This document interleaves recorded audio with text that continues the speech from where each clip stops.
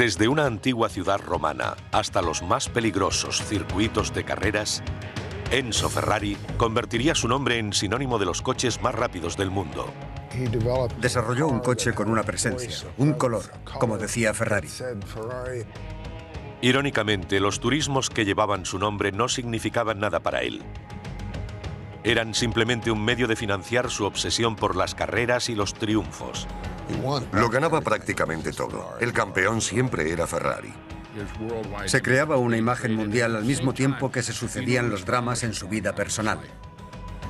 Un hijo gravemente enfermo, una vida secreta con su amante y acusaciones de homicidio involuntario amenazaron con enterrar una leyenda. Un piloto y 14 espectadores muertos. La prensa decía que Ferrari estaba matando gente. Su única ambición era ganar carreras. Ese era su principal objetivo y no permitía que nada se interpusiera en su camino.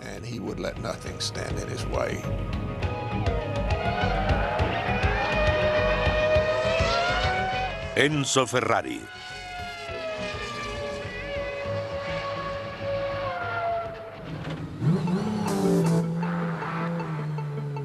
Esto es lo que conocemos hoy por Ferrari. El 365 Spider de 170.000 euros. Curiosamente, estos costosos deportivos poco tienen que ver con la historia del hombre cuyo legado representan.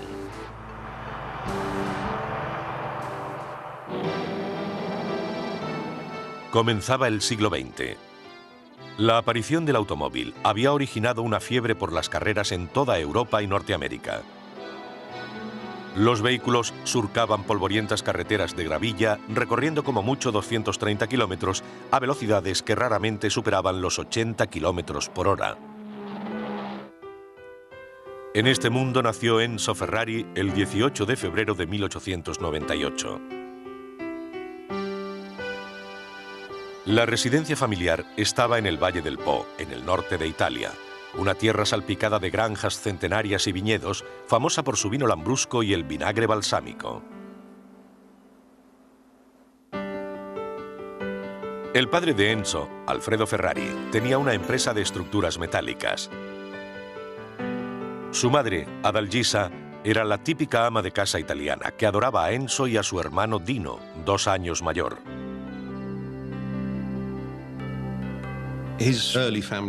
Sus primeros años fueron muy felices. Respetaba a su padre y adoraba y admiraba a su hermano mayor.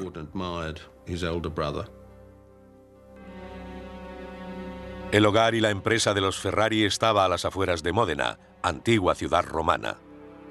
Los Ferrari vivían arriba en un pequeño apartamento. En la planta baja estaba el taller de Alfredo, que en ocasiones llegaba a contratar hasta 20 trabajadores. Alfredo pretendía que sus hijos heredaran el negocio algún día.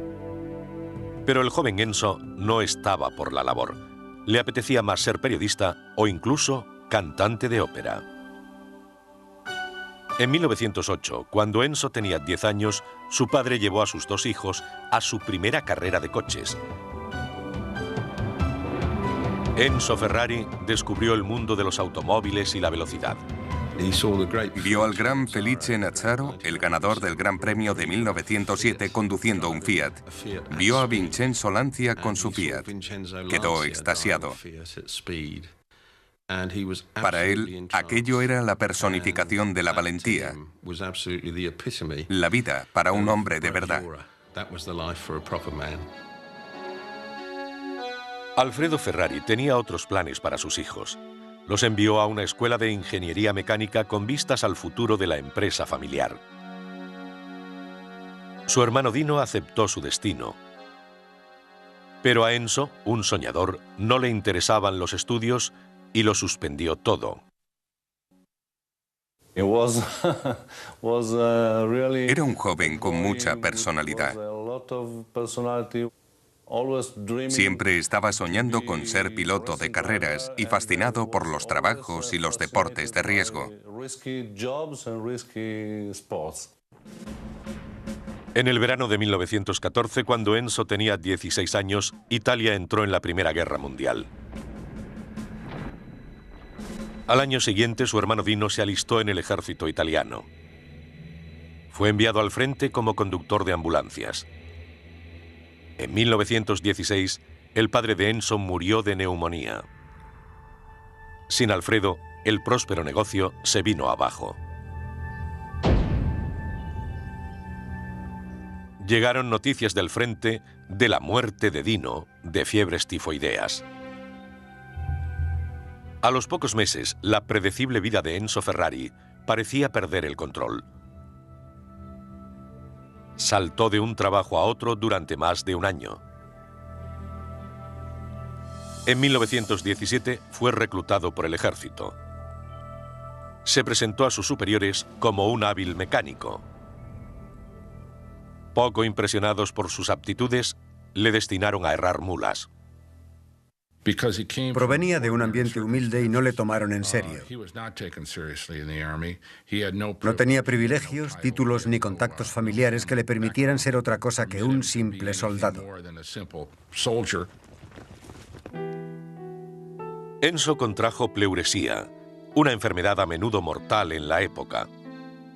Fue trasladado a una residencia de desahuciados en Bolonia para dejarle morir junto a otros enfermos en su misma situación.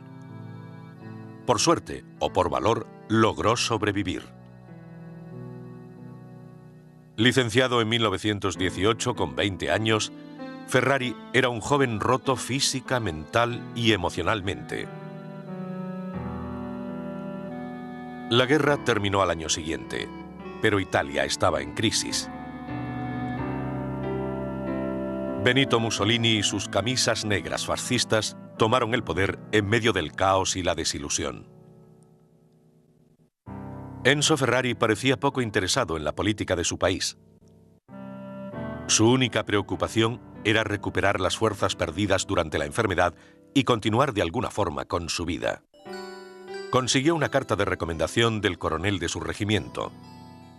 Con ella en mano, se dirigió a Turín, el centro de la industria automovilística italiana. Solicitó trabajo en una de las empresas más importantes, la Fiat, gigante del sector de fabricación, propiedad de la acaudalada familia Agnelli. Presentó orgulloso su carta de recomendación, pero para el ingeniero de Fiat que habló con él no significó nada. Le dijeron que la ciudad estaba llena de veteranos de guerra en paro. No había trabajo. En su autobiografía cuenta cómo se sentó en el banco de un parque de Turín desempleado, perdido, sin familia, con su padre y su hermano muertos. Sin trabajo, sin esperanzas, completamente desesperado. Se sentó en el banco y se echó a llorar. Enzo Ferrari no era un hombre que asimilara fácilmente el rechazo. La pena y la vergüenza ante la negativa de la Fiat se convirtieron en ira. Aunque parezca exagerado, Ferrari juró venganza contra la Fiat y los Agnelli, y encontraría una forma de hacérselo pagar.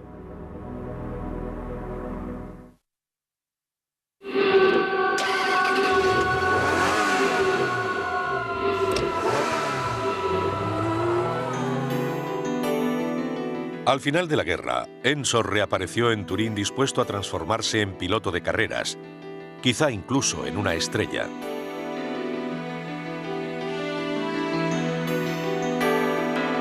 Había sobrevivido a una grave enfermedad y sufrido el rechazo de la empresa líder de la zona. Pero se negaba a rendirse. A Ferrari le gustaba la guerra, la competición. Le entusiasmaba competir. Le gustaba la lucha diaria. Le admiro porque siempre respondía a la batalla, siempre estaba dispuesto a luchar. Ferrari eligió como campo de batalla el mundo de los coches veloces.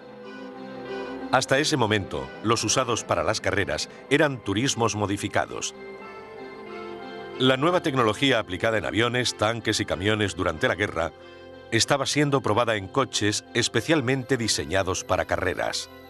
Y todo eso se hacía en Turín. Había un conocido restaurante en el centro de Turín, frecuentado por gente del motor y de la industria. Empezó a establecer contactos y se hizo muy amigo de un piloto de pruebas e ingeniero llamado Ugo Sivocci. Sibocci le consiguió trabajo en uno de los pequeños fabricantes, CMN, situado en Milán, a 130 kilómetros de Turín. Ferrari se compró allí su primer coche, un Alfa Romeo usado con el que pudo competir.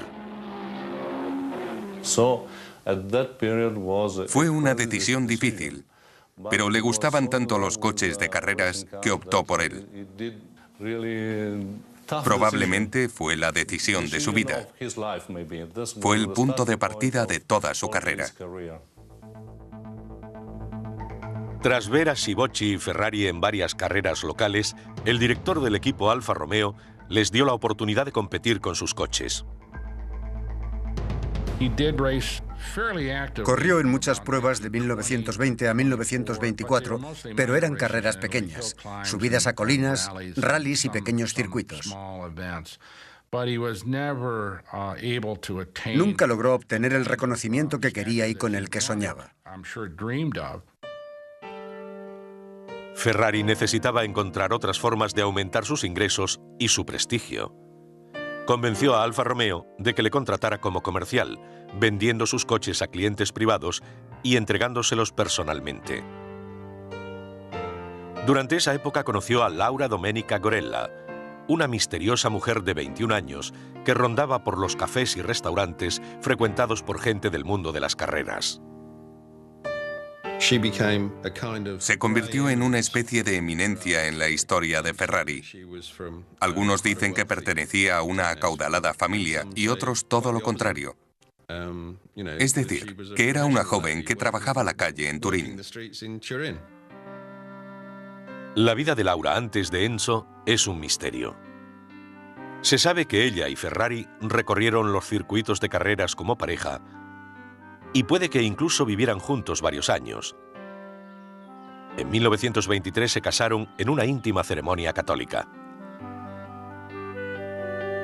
A los pocos meses de su matrimonio, Enzo reanudó su vida en el ambiente de las carreras de la época. Según sus viejos amigos, Ferrari era incorregible con las mujeres. ¿Por qué no le iban a gustar las mujeres, especialmente si eran bellas? Me molestan este tipo de preguntas. Claro que le gustaban las mujeres y cuanto más guapas, más le gustaban.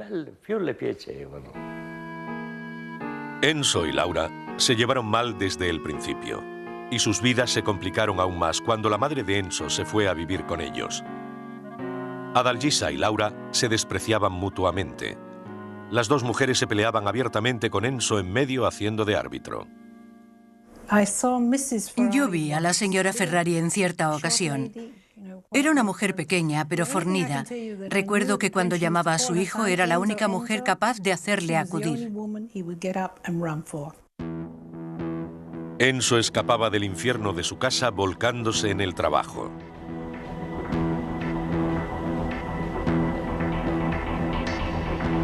Alfa Romeo pensaba competir con un coche llamado P1 en el Gran Premio Europeo de Monza. Enzo logró convencer a Luigi Bazzi, uno de los mejores técnicos en motores, para que dejara la Fiat y trabajara con él en el coche. Ferrari, Ugo Sibocci, Luigi Bazzi y el equipo Alfa llegaron con un solo día de antelación al Gran Premio de Monza. Fue una rápida vuelta de reconocimiento. Sibocci pilotaba. Tomó una curva cerrada con el P1 y se salió. Sibocci murió. Ferrari quedó desolado por la muerte de su amigo, el hombre que le había ayudado a introducirse en el deporte del motor. El P1 había fracasado y necesitaba modificaciones. Por sugerencia de Bazzi, Ferrari contrató a otro técnico de la Fiat. Vittorio Jano tenía reputación de genio de la mecánica.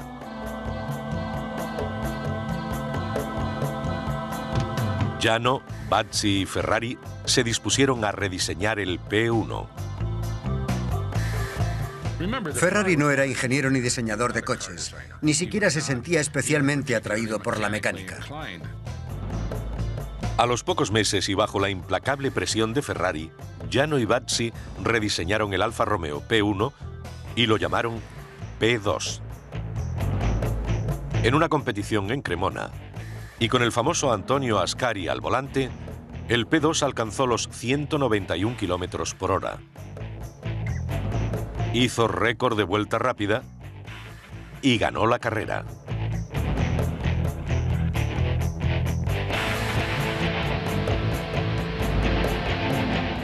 La victoria de Ferrari fue el comienzo de una buena racha que apartó para siempre a la Fiat y a la familia Agnelli de la competición. Enzo Ferrari, un chico de campo del Valle del Po, había conseguido vengarse de una de las empresas más prósperas de Italia, al menos por el momento. Pero ganar era solo el primer paso. Ahora Ferrari tenía que encontrar el modo de financiarse. Con la ayuda de algunos ricos inversores, ofreció a Alfa Romeo firmar un contrato para hacerse cargo de su división de competición. Yo proporciono los pilotos y tú pones los coches. Tú me facilitas apoyo técnico y nosotros competimos. Lo hicieron y salió bien. El 1 de diciembre de 1929 abrió las puertas de lo que sería la escudería Ferrari. Un equipo de competición formado por los mejores pilotos y por coches Alfa Romeo rediseñados según las especificaciones de Enzo. Pero en casa, su vida familiar continuaba desintegrándose. En 1932, 10 años después de su boda, Laura daba a luz un hijo. Le llamaron Dino.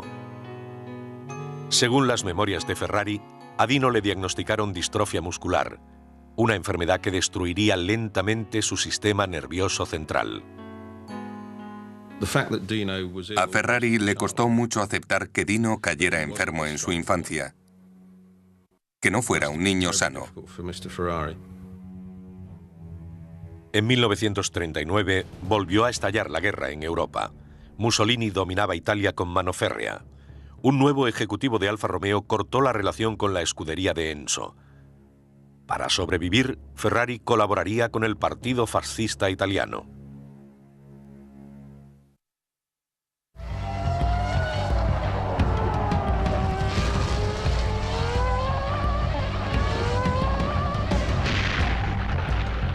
Año 1940. La Segunda Guerra Mundial sembraba destrucción por toda Europa. La economía italiana luchaba por mantenerse a flote. Las carreras de coches se suspendieron indefinidamente. La escudería Ferrari se quedó sin trabajo. Para sobrevivir, Enzo transformó la vieja escudería en una fábrica que producía material bélico para el gobierno fascista italiano. Hay diferentes historias sobre lo que fabricaban. Algunos dicen que las máquinas pulidoras de bolas para rodamientos se pudieron usar para la producción de material bélico. Otros insisten en que hacían componentes para ametralladoras utilizadas por el ejército italiano. Se dejó llevar por la corriente, como tantos otros. No creo que fuera un miembro convencido del partido. Solo había una causa que le entusiasmaba: todo aquello que fuera bueno para Ferrari. El gobierno ordenó el traslado de la factoría para protegerla de los bombardeos aliados. Eligió Maranello, una ciudad a 15 kilómetros de distancia.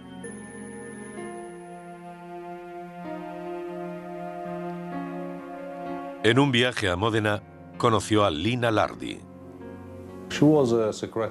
Era secretaria. Mi padre conoció a mi madre en una empresa. Así empezó la historia. En aquella época mi madre era muy joven y mi padre tenía 10 años más. Ya era un hombre conocido en la ciudad. Al principio a ella no le gustó, porque era un hombre que siempre conducía coches muy buenos. Esa relación influyó mucho en su vida.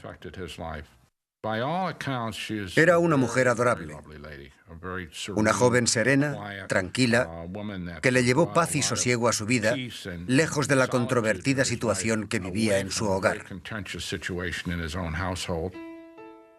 Con 46 años, Ferrari entabló relaciones con Lina Lardi. Al año siguiente, Enzo recibió la noticia de que Lina estaba embarazada. 9 meses después dio a luz un niño sano llamado Piero. Madre e hijo se quedaron a vivir en el pueblo natal de Lina, la pequeña población de Castelvetro cerca de la fábrica de Ferrari. Mientras, en Módena, Laura y Enzo celebraban el 13º cumpleaños de Dino. La salud del niño continuaba deteriorándose.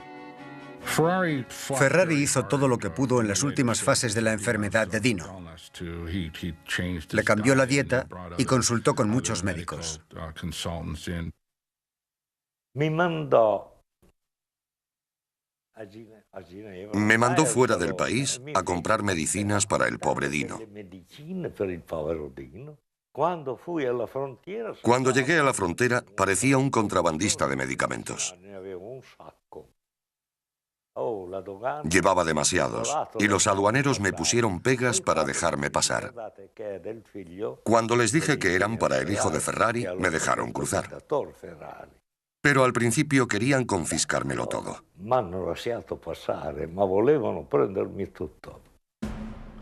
Cuando terminó la guerra, el Plan Marshall comenzó a inyectar millones de dólares en la maltrecha economía italiana. El público estaba preparado para reanudar las carreras de coches. Y Enzo Ferrari también. Comenzó a desarrollar nuevos vehículos. Y en 1947 produjo el 125, con motor de 1,5 litros y 12 cilindros en V. Para los estándares italianos, era un motor enorme. Le encantaban los motores. Para él, el motor era la pieza más importante de cualquier coche. El chasis era un soporte necesario para sujetar las ruedas y disponer de un hueco donde pudiera ir sentado el piloto. El 11 de mayo de 1947, el 125, el primer automóvil en llevar el nombre Ferrari, competía en Piacenza, una prueba menor. Enzo escogió esta carrera porque quería comprobar las posibilidades de su coche. Los espectadores llenaron las calles para ver la nueva máquina de Ferrari. La prensa deportiva italiana estaba allí e incluso algunos diseñadores de Alfa Romeo. Enzo no apareció. De hecho, desde ese día en adelante nunca acudió a una carrera en la que compitiera un Ferrari. No le gustaba todo aquel alboroto. Cuando él llegaba, todos se ponían nerviosos y quería que todo estuviera en calma. Decía que no acudía a las carreras porque no tenía una nariz estándar. No sabemos si es la verdadera razón o no, pero fue una jugada muy importante porque añadió misterio a su imagen pública, a su carisma. Era como una araña sentada en el centro de su tela. En aquella primera carrera en Piacenza, a falta de tan solo 3 vueltas y con el Ferrari 125 en cabeza, se rompió la bomba de gasolina y el coche se deslizó hasta pararse poco antes de la línea de meta. Enzo se lo tomó con calma y consideró al vehículo un fracaso prometedor. Aunque no lo sabía entonces, el 125 marcaría el nacimiento de la mítica cultura y el imperio Ferrari. Enzo comenzó a reunir a los mejores técnicos y pilotos de Europa.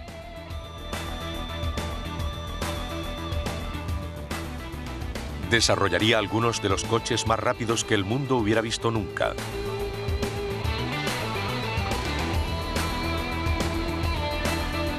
Su escudería competiría en todos los circuitos ganando una prueba tras otra.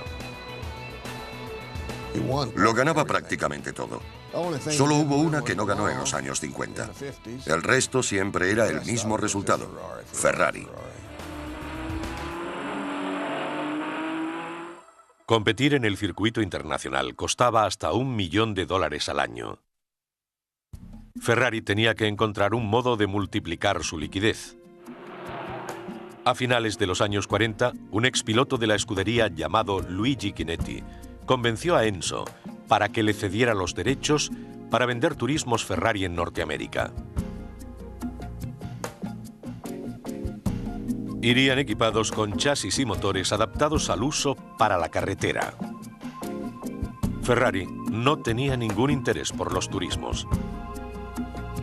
Solo eran un medio de financiar su negocio de coches de carreras.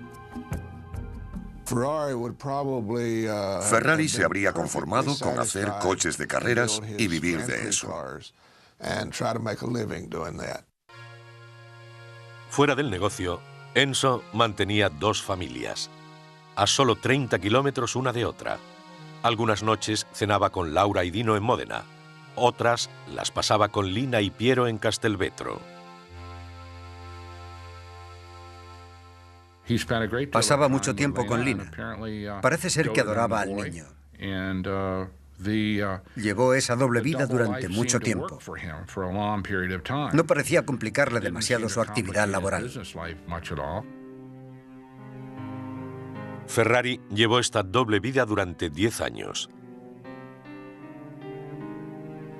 El 30 de junio de 1956, con 24 años, Dino moría en su casa de Módena.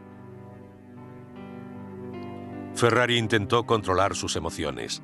Desde entonces, Enzo visitaría la tumba de Dino todas las mañanas antes de ir a trabajar. Honró la memoria de su hijo con el Ferrari Dino, el coche que el joven ayudó a diseñar. A partir de ese día, todos los Ferrari de 6 cilindros y algunos de 8 llevarían el nombre de Dino. El Dino tenía muchos aspectos trágicos que lo hacían especial. Cuando se piensa en Dino, se piensa en un niño, en un bebé. Se podría decir que el Dino fue un Ferrari que no tuvo la oportunidad de crecer. Aún así tenía algo que lo hacía único. Fue durante esa época cuando la esposa de Enzo, Laura, descubrió su vida secreta con su amante y su hijo de 11 años.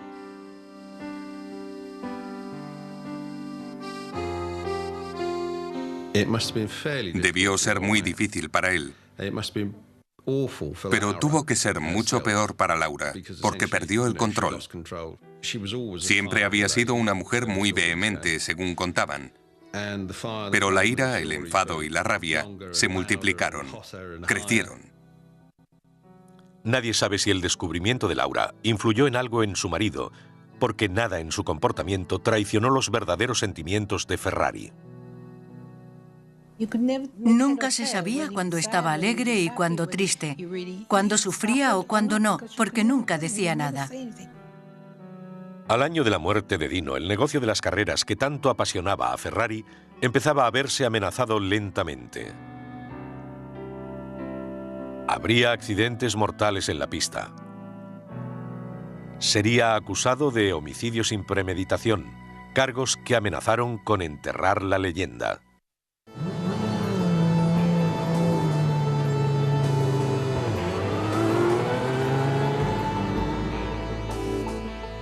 La muerte de su hijo le provocó una crisis emocional.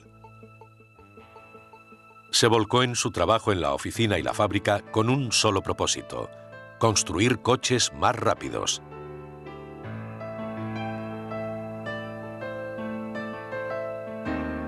Corría el año 1957. La carrera era la Mille Miglia, un popular y peligroso recorrido urbano de 1.600 kilómetros. 5 Ferrari estaban entre los 293 participantes. Había reunido a un grupo de pilotos estrella, incluido Alfonso Portazgo, convocado en el último minuto. Alfonso de Portazgo era un español apasionado, noble, un clásico piloto de Ferrari que conducía por puro amor al deporte.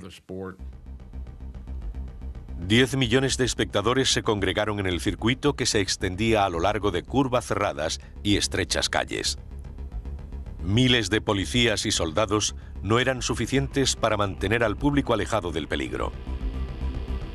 El enfebrecido ambiente que se respiraba era una auténtica locura. Y a los italianos les encantaba. Portazgo le dijo a un amigo que no quería participar en la Mille Miglia porque era demasiado peligroso.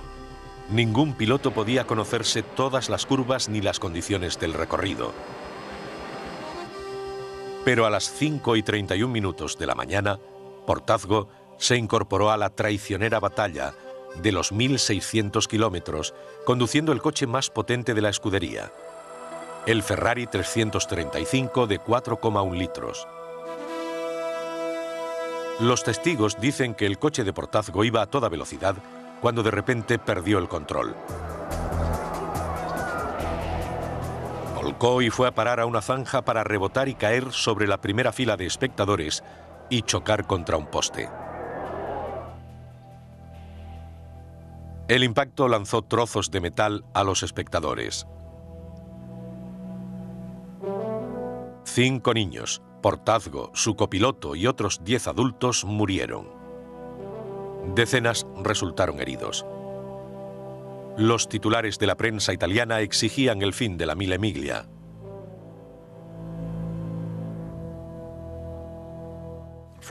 Ferrari fue acusado de homicidio sin premeditación por usar neumáticos que no soportaban esas velocidades. Pero aquello era una tontería porque había otros 4 Ferrari en carrera con los mismos neumáticos. Entre ellos, el del ganador, Piero Trophy. Pero el juicio se prolongó a lo largo de varios años y afectó mucho económicamente a Ferrari y también a su reputación. Tuvieron que pasar 4 años de vistas y apelaciones para que se retiraran los cargos.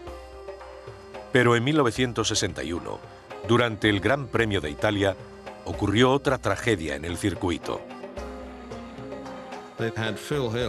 Phil Hill y Wolfgang von Trips luchaban mano a mano por el campeonato del mundo de Fórmula 1 en el Gran Premio de Monza. Al final de la segunda vuelta, von Trips, piloto alemán muy popular y querido, chocó contra otro coche y el suyo salió despedido hacia la multitud, matando a 14 espectadores. Von Trips salió del coche cayendo a la pista con el cuello roto. También murió. Un piloto y 14 personas muertas. La prensa volvió a la carga. Ferrari estaba matando gente. Enzo Ferrari tenía 63 años y la prensa en contra. Debía afrontar los gastos de defensa en otro complejo proceso. Continuaba la implacable espiral del diseño de coches de carreras y seguía ganando en las pistas.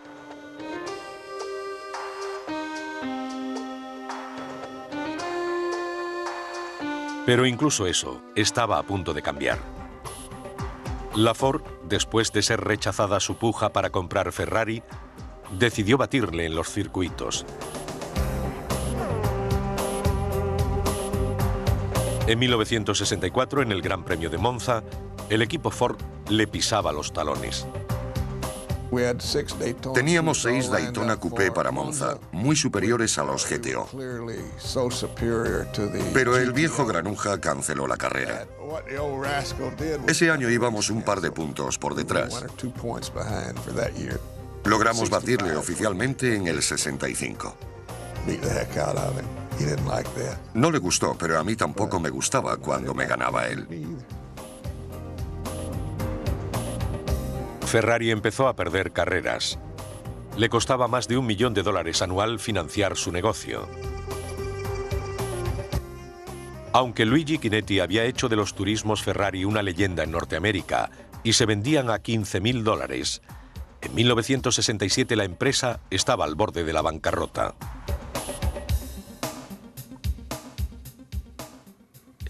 Se vio obligado a reducir su querido programa de carreras, que era lo que realmente le interesaba. Fue entonces cuando tuvo que tenderle la mano a la Fiat.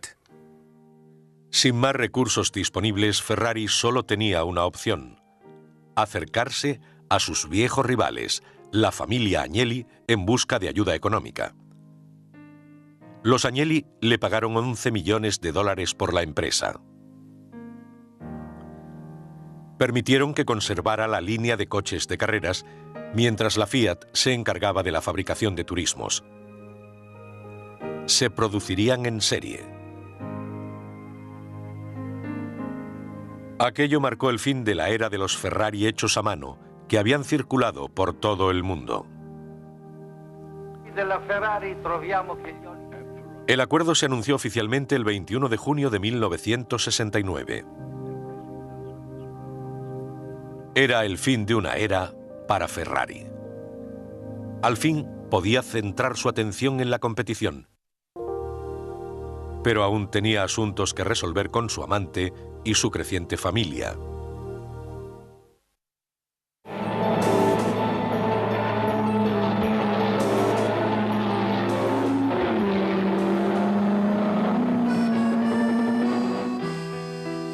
En 1969, Enzo tenía 71 años y seguía al frente del programa de carreras de Ferrari. Su madre había muerto. Su único hijo, Piero, se había casado. Había empezado a trabajar en la escudería para aprender el negocio de su padre. Era mucho más de lo que la anciana esposa de Enzo podía tolerar. Mucha gente me ha contado que Laura llegaba y aporreaba la puerta preguntando por el bastardo. Ella sabía que estaba allí. Piero tenía que esconderse o salir corriendo. Debió ser horrible para él. Enzo comenzaba a disfrutar de su familia. Piero y su esposa, Floriana, tenían una niña, Antonella, la única nieta de Enzo, quien se convirtió en un cariñoso abuelo.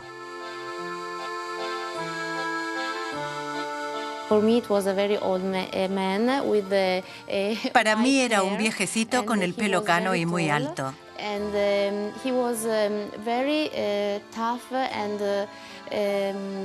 Era muy fuerte y muy cariñoso conmigo. Laura Ferrari murió 9 años después, en 1978, cuando Enzo tenía 80. Habían estado casados 55 años. Enzo llevó a su amante Lina a vivir con él a su casa de Módena. Piero y su familia la siguieron. En sus últimos años, Ferrari disfrutó lo que muchos considerarían una vida familiar normal. Incluso a sus 80 años, Enzo se negaba a retirarse. Su hijo Piero fue nombrado director general del equipo Ferrari a mediados de los 80. Los dos solían discutir por las nuevas estrategias técnicas. Yo no estaba de acuerdo con mi padre en la elección de algunos diseñadores o ingenieros, pero el 99% de las veces ganaba él. A mí me gusta cambiar impresiones, no pelear. En eso soy muy diferente a mi padre. Para él todo era o blanco o negro, sí o no. Ferrari pasaba el tiempo recordando los días de gloria con sus viejos amigos. Los almuerzos de los sábados se convirtieron en un ritual para el anciano Enzo, especialmente con Sergio Scaglietti, un diseñador de coches de su época de Módena. Hablábamos de todo, pero nunca de trabajo. Contábamos chistes, discutíamos quién había hecho una cosa, quién otra. En el último año de su vida, empezó a sufrir dolorosos problemas de riñón. Cuando el Papa hizo un viaje a Maranello para presentarle sus respetos, algo extraordinario, Ferrari estaba demasiado enfermo para recibirlo en persona. En julio de 1988, Enzo empezó a irse lentamente. Permaneció en cama en su hogar de Módena, atendido por Piero y Floriana. El 14 de agosto de 1988, Enzo Ferrari moría en su cama, rodeado de su familia. tenía 90 años. A la 1 de la tarde se emitió un comunicado con la noticia de su muerte. 7 horas después fue el entierro, como quería mi marido, que a su vez cumplía los deseos de su padre. En el entierro solo estábamos 6 personas en 2 coches. Eso fue todo. El cuerpo de Ferrari fue colocado en una cripta dentro del panteón familiar junto a su padre, Alfredo.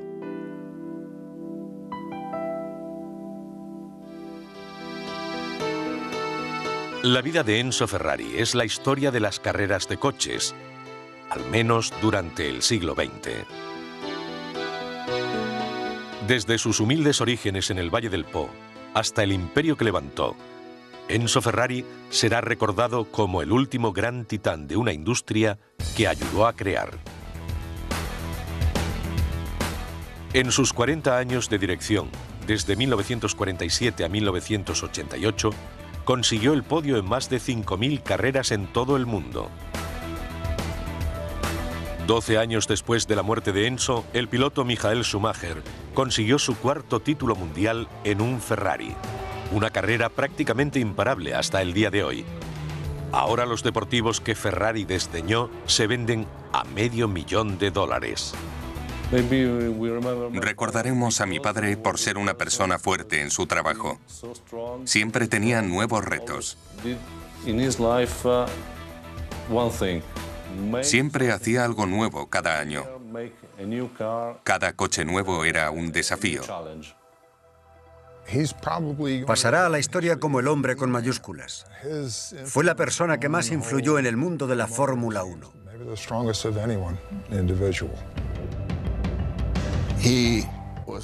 Era la fuerza dominante en los grandes premios. Puso los cimientos de la multimillonaria industria que es hoy. Ojalá le hubiera conocido mejor. Quizá nadie logró conocer bien a Ferrari. Es muy posible que nadie supiera realmente cómo era por dentro.